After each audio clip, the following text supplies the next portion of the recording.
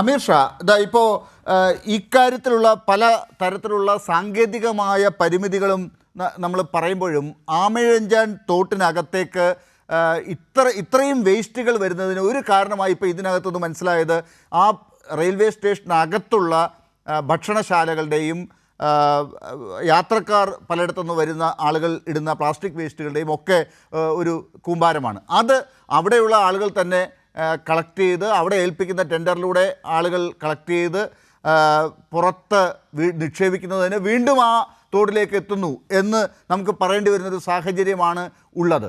അങ്ങനെയാണെങ്കിൽ കൂടുതൽ ഗൗരവതരമായിട്ടുള്ള ഇടപെടൽ വേണ്ടി വരും. ഇത് ഈ വേസ്റ്റ് എടുത്തുകൊണ്ട് പോവുക, ഒരു ടെൻഡർ കൊടുത്ത് കരാറുകാരനെ ഏൽപ്പിച്ച് എടുത്തുകൊണ്ട് പോവുക എന്നതിനപ്പുറം ആ സ്റ്റേഷനകത്ത് ട്രെയിനിൽ ഉൾപ്പെടെ അല്ലെങ്കിൽ റെയിൽവേ സ്റ്റേഷനിലെ കടകളിൽ ഉൾപ്പെടെ കൂടുതൽ ഇടപെടലുകൾ വേണ്ടിവരും നഗരസഭയ്ക്കും മറ്റാരോഗ്യ സംവിധാനങ്ങൾക്കും എന്നല്ലേ മനസ്സിലാക്കേണ്ടത്?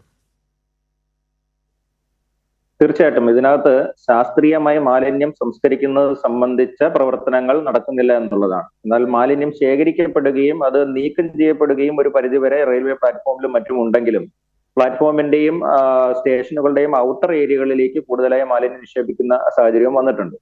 അപ്പൊ ഇവിടെ നമുക്ക് ചെയ്യേണ്ടുന്ന ഒരു പ്രധാനപ്പെട്ട കാര്യം എന്ന് പറയുന്നത് റെയിൽവേയും ശുചിത്വ മിഷനും ഇറിഗേഷനും അതുപോലെ PWDയും ഉൾപ്പെടെയുള്ള ഏജൻസികൾ കൂട്ടായ ചർച്ച നടത്തി റെയിൽവേയിൽ ഉൾപ്പെടെ ഈ ആമയിഴഞ്ചാൻ തോടിന്റെ ഉത്ഭവം മുതൽ അവസാനം വരെയുള്ള എല്ലാ മേഖലകളിലും മാലിന്യം വരുന്ന ഉറവിടങ്ങൾ, ആ ഉറവിടങ്ങൾ പലതായിരിക്കാം. അതിൽ ഖരമാലിന്യമായിരുന്ന ആകാം, ദ്രവമാലിന്യമാകാം, സാനിറ്ററി ഉൾപ്പെടെയുള്ള മാലിന്യമാകാം. ഇത് വരുന്ന ഉറവിടങ്ങൾ ഏതാണെന്ന് കൃത്യമായി കണ്ടെത്തുകയും ജനറേറ്റ് ചെയ്യുന്ന വേസ്റ്റിന്റെ അളവ് മനസ്സിലാക്കുകയും ആ ഓരോ തരവും മാലിന്യം എങ്ങനെ തരംതിരിച്ച് ശേഖരിച്ച് ശാസ്ത്രീയമായി നഗരസഭയും ശുചിത്വ മിഷനെ പോലുള്ള സംവിധാനങ്ങൾ മുഖേന ശാസ്ത്രീയ സംസ്കരണത്തിന് കൈമാറുകയും ചെയ്യും എന്നുള്ളത് ചർച്ച ചെയ്യേണ്ടതുണ്ട്. അതിലൂടെ മാത്രമേ ഇതിനൊരു ശാശ്വത പരിഹാരം നിലവിലുണ്ടാവുകയുള്ളൂ. ഇപ്പോൾ ഒരു സഹോദരൻ ഈ അപകടത്തിൽപ്പെട്ടു, കൃത്യമായ ലേഔട്ടും ഡിസൈനും വെച്ചുകൊണ്ട് എവിടേക്കായിരിക്കാം അദ്ദേഹം ഒഴുകി പോയിട്ടുണ്ടാകുക എന്നുള്ളത് പരിശോധിക്കാൻ പോലും കഴിയാത്ത ഒരു സാഹചര്യം നിലനിൽക്കുന്നു. അപ്പൊ എവിടെയാണ് പരിശോധന നടത്തേണ്ടത്, ഏതാണ് ഇതിന്റെ റൂട്ട്, അതുപോലും കണ്ടെത്താൻ കഴിയാത്ത ഒരു സാഹചര്യം നിലനിൽക്കുന്നു. അപ്പൊ കൃത്യമായ മാപ്പിംഗ്, ആധുനിക സംവിധാനങ്ങൾ ഉപയോഗിച്ചുകൊണ്ട് കൃത്യമായ മാപ്പിംഗ് നടത്തി ഈ റൂട്ട് ക്ലിയർ ചെയ്ത് പോയെങ്കിൽ മാത്രമേ ഇവിടെ ഇതിനൊരു ശാസ്ത്രീയ പരിഹാരം ഉണ്ടാവുകയുള്ളൂ. കാരണം നഗരസഭയ്ക്ക് ഏകദേശം 9,69,000-ഓളമാണ് നഗരസഭയുടെ പോപ്പുലേഷൻ. അതുപോലെ സ്ഥാപനങ്ങൾ 37,072 സ്ഥാപനങ്ങളുണ്ട്. ഇത്രയും സ്ഥാപനങ്ങളിൽ നിന്നും ഏകദേശ കണക്ക് പ്രകാരം രൂപപ്പെടുന്ന മാലിന്യം 300 അല്ലെങ്കിൽ 350 ടണ്ണാണ് പരമാവധി.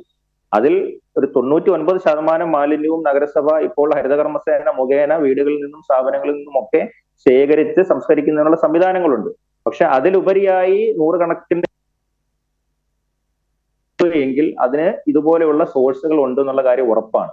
അതായത് നഗരസഭയ്ക്ക് കയറി പരിശോധിക്കുന്നതിനോ അതല്ലെങ്കിൽ ശേഖരിക്കുന്നതിനോ കഴിയാത്ത രീതിയിലുള്ള സോഴ്സുകൾ നഗരപ്രദേശത്ത് തന്നെയുണ്ട്.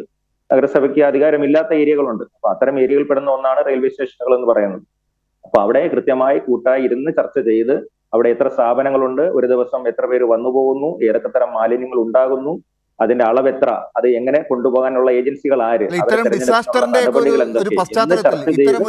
ഡിസാസ്റ്ററിന്റെ ഒരു പശ്ചാത്തലത്തിൽ അത് ഇനിയും അവരുമായിട്ട് ചർച്ച ചെയ്ത് ഇങ്ങനെ അവരുടെ ഒരു ഔദാര്യം കാത്തു നിന്ന് ഇപ്പം കണ്ടില്ലേ, എന്തെങ്കിലും ചോദിച്ചു കഴിഞ്ഞാൽ അതൊക്കെ അവഗണിച്ച് പോകുന്നൊരു സാഹചര്യമാണ്. അപ്പോൾ അങ്ങനെ ഒരു സംവിധാനത്തിലേക്കല്ലാതെ കുറച്ചുകൂടി ഒന്ന് എൻഫോഴ്സ് ചെയ്യാൻ പറ്റുന്ന ഒരു സാഹചര്യം ഉണ്ടാകില്ലേ? സംസ്ഥാന സർക്കാരിന് നിലവിലുള്ള നിയമ സംവിധാനങ്ങളെ അതിനു വേണ്ടിയിട്ട് ഉപയോഗപ്പെടുത്താം. അതിന് യാതൊരു സംശയവുമില്ല. റെയിൽവേയുടെ ഭാഗത്തു നിന്നും സംസ്ഥാനത്തെ ഒരു പൗരന് അപകടം നിയമ നടപടികളിലേക്ക് പോകുന്നതിന് കഴിയും. ശരി, സമയത്തിന്റെ ഒരു പ്രശ്നം കൊണ്ട് മാത്രമാണ് അമീർ ഷാ, ആ ഒരു പോയിന്റ് വളരെ വ്യക്തമാണ്.